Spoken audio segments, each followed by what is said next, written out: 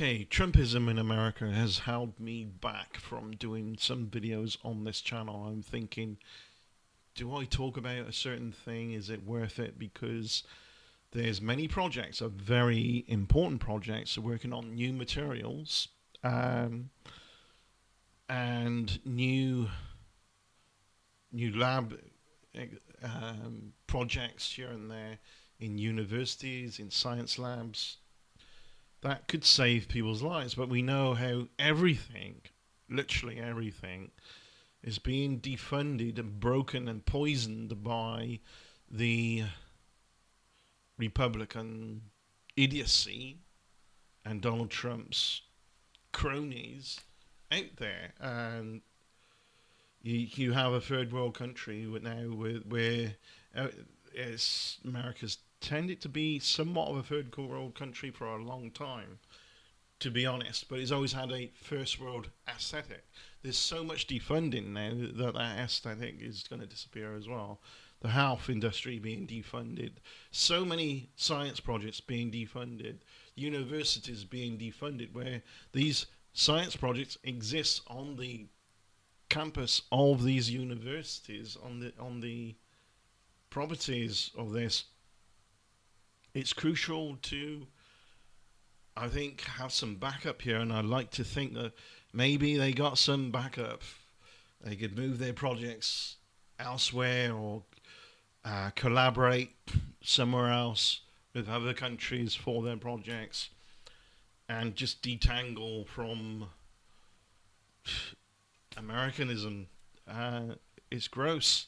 And composite materials really got my fascination a lot when I saw 3D printing evolving to the level at which you have a desktop 3D printer. Of course, that technology is still, in my personal opinion, a long way to go to what I would find satisfactory in affordability. Sure, a 3D printer is very affordable now, but then you've got to consider all the tweaks and is it level, and the materials you're printing with, the output versus the cost of the input. But I think it's wonderful now that you can have this idea to create a 3D model in a 3D modeling program software and have that transported to a 3D printer that use a file format for that it can understand, and then have the materials put through that 3D printer and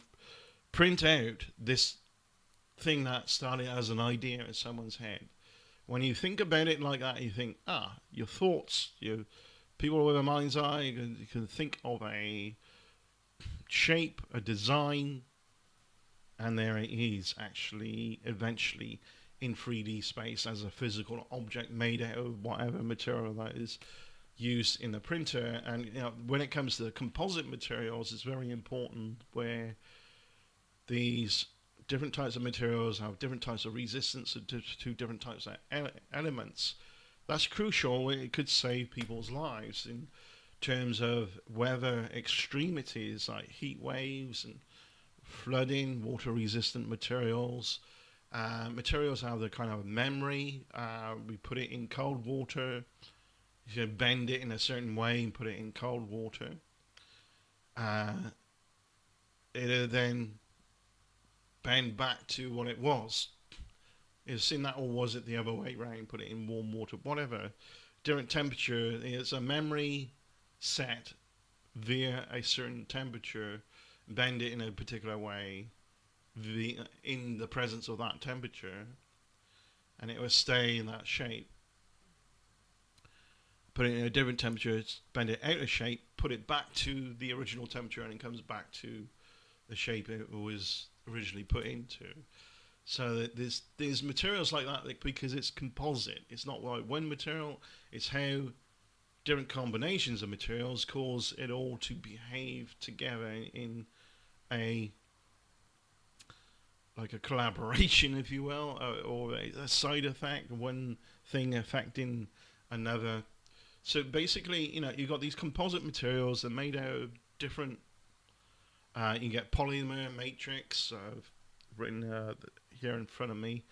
thermoset, epoxy, polyester, or thermoplastics, um, carbon glass, or reinforcement carbon glass, reinforced fibers of shatterproof glass. Um, Great for the aerospace industry with composite materials because you want something that's durable but lightweight as well. Uh, Fiberglass, metal matrix composites, that's MMCs. There's all kinds of, there's what is ending up to be hundreds and maybe eventually thousands of composite materials via the technology of additive printing, but in very advanced ways of the additive printing. There's even biology being like vascular structure being created via a gel-like medium through a gel. What would you call it?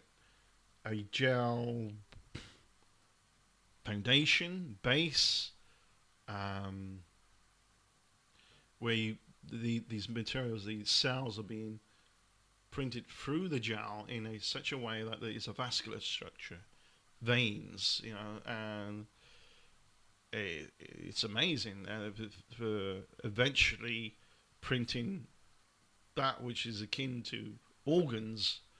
And at the moment, it's kind of a little bit like science fiction, but not too far away.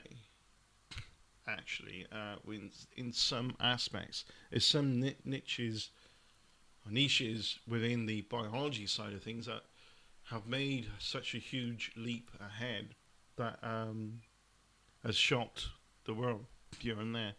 But again, I worry with the America being a self-destructive, poisonous aspect to anything that is progressive to save people's lives or to save detriment for society in general.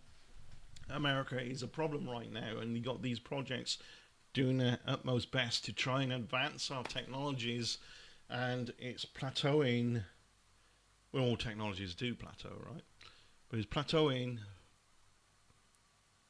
with a double whammy. It plateau, but it also slow down because they can't get the funding because egotistical so-called politicians that are already members of cults want to suck it all up and be put on a pedestal to be worshipped. Well, where nothing of practical value and progress gets done at all. So in April 2024, so it's now 2026, so this is old news, but I felt like, do I bother with the state of America at the moment? So I'd like to think they got some backups and cohesion and collaboration with other countries with these projects in America, because a lot of the universities, California University of California in this case, I'm sure they're probably looking to see where else they can get the funding from. But electronic wearables, it says on this article, I'll put a link below, and sensors could one day be made from a material that toughens up as it gets hit or stretched. And I always was thinking about something like that, because on a molecular scale, like you'd have something like they could be, if you try to, have a loose chain, maybe like this, and you try to stretch it, then it interlocking pieces on the molecules maybe could hook in and strengthen their you tighten them into each other the more you stretch it out. It's kind of a difficult, I can see it in my mind, but it's difficult to give you a proper example. But it's a bit like fluid, like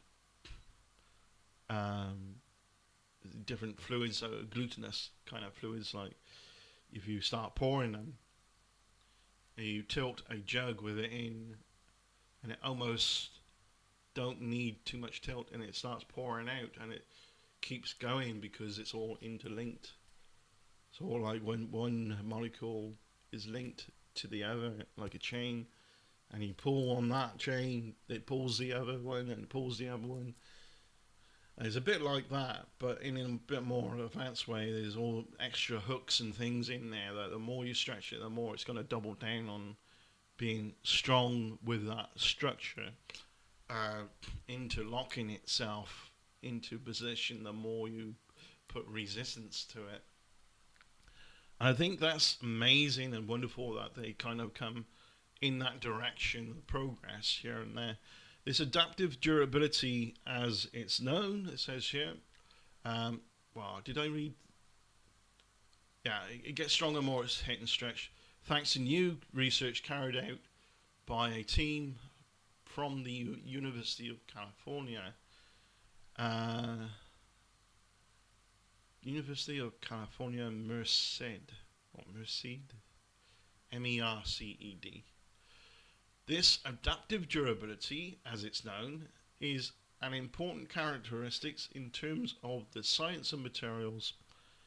It means protecting against damage and resistance to stress, even in harsh environments. Again, weather resistant, like extreme heat, cold, too wet, too dry, flooding, all this kind of thing.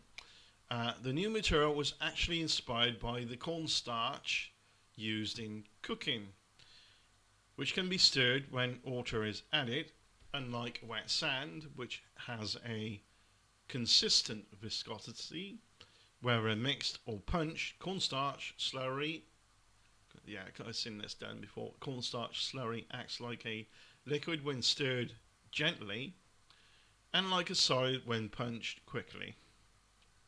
Yeah. I mean, really, on a surface level of experiencing something like that, you think that's a bit bizarre, perhaps, until you really start to think, oh, the physics of how that's happening is quite easy to understand, really. When you squish cornstarch, slowly the tiny particles repel each other, making them act like a fluid.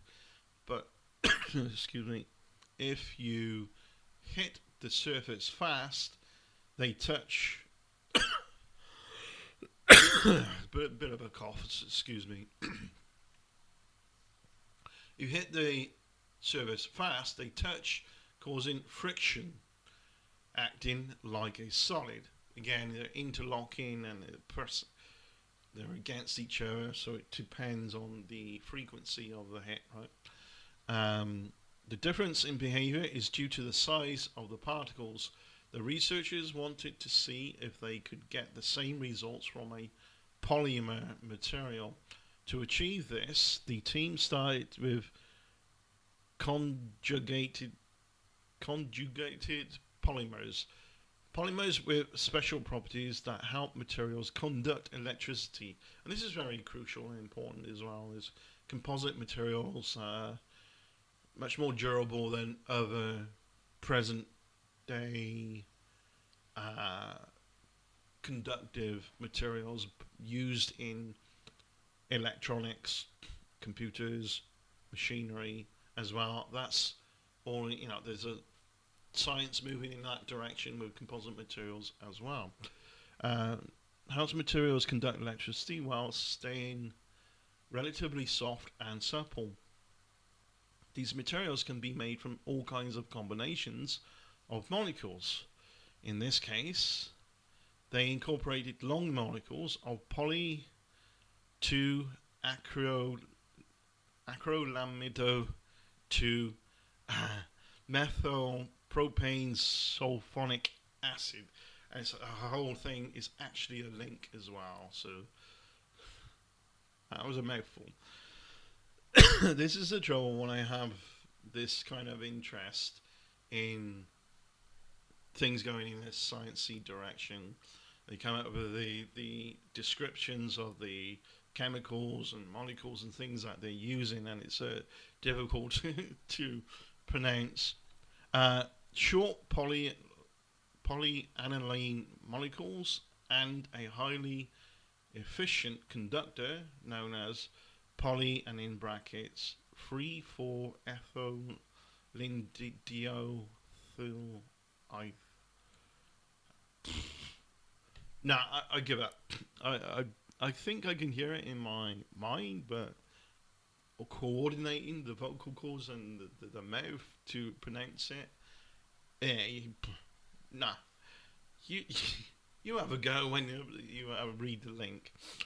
But this other thing that's highly efficient conductor combined with this polyaniline and this other poly. So three materials combined actually. One of them being a good conductor. Don't worry if those names aren't familiar. Right. All you need to know is the combination created a film that deformed or stretched out when it was hit by rapid impacts.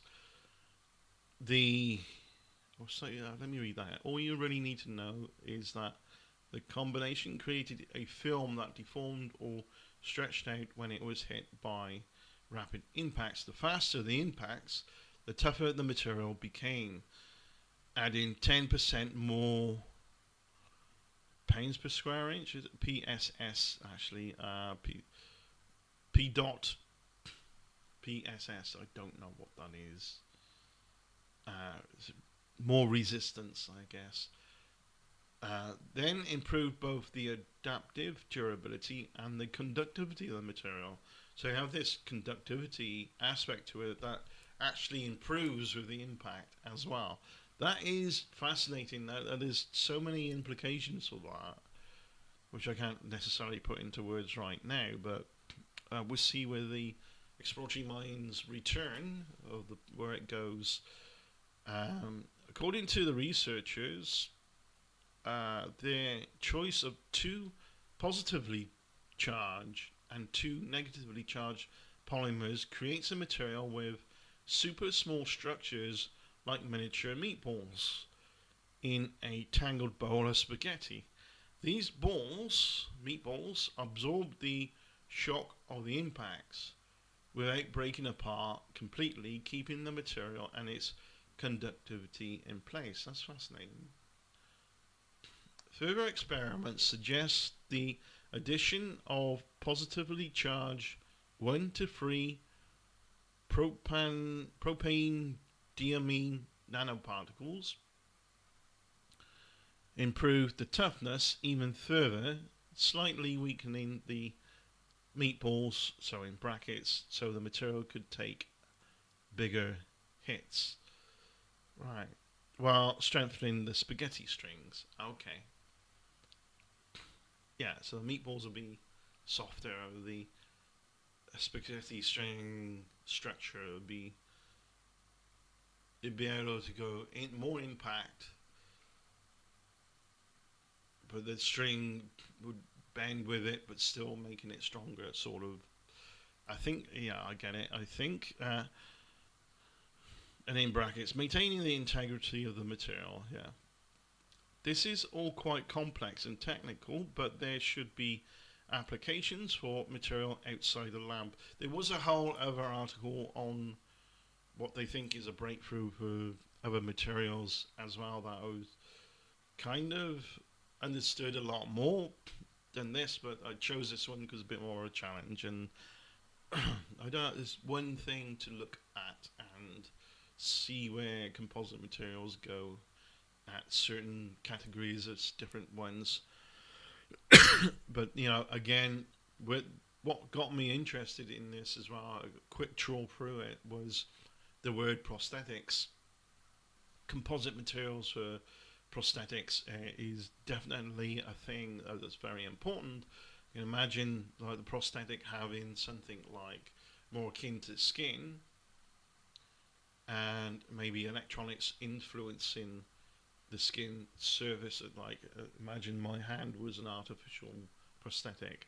We have this material over it that is all intents and purposes very much like, looks like skin and the same durability, and if I touched it then there'd be electronic conductiveness because of the composite high conductivity, maybe even battery powered. And then that could be wired into nerve endings in the arm, where if you got some arm there, to influence those nerve endings, and you're going to feel like something akin. It's not going to be the same, is it? But it's going to be influencing those nerve endings as if that is your hand and you feel it being touched. Prosthetics with sensory touch. I think this is possible with all the different technologies going ahead here. But again, it needs proper funding, proper communications, and it doesn't need idiots infesting the projects like an idiot during the nasty side of COVID in America destroyed a whole bunch of vaccine vials. It was supposed to be a male nurse to administer the vaccine. And he believed this conspiracy theory that everyone was going to be chipped. This is, again, I keep saying it, only America creates this special kind of idiot.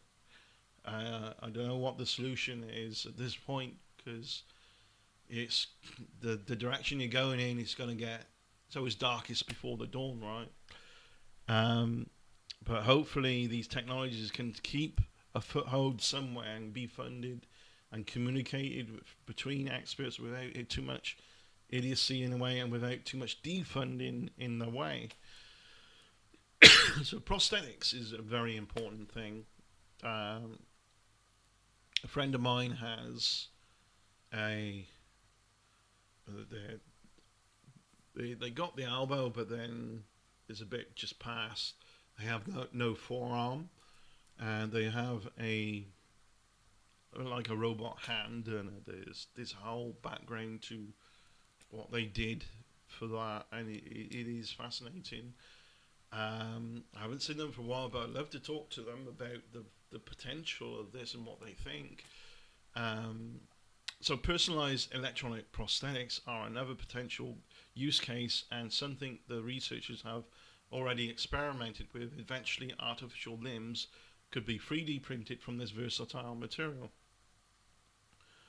It's another reminder that of the potential for new materials to be discovered and existing materials to be refined, and how they might change our futures from the devices we use to clothes we wear. Yeah, and there's a bit more I skipped past there, a tiny bit, from things like wearables, smart watches, cardiovascular systems, health devices that measure your glucose levels and all this.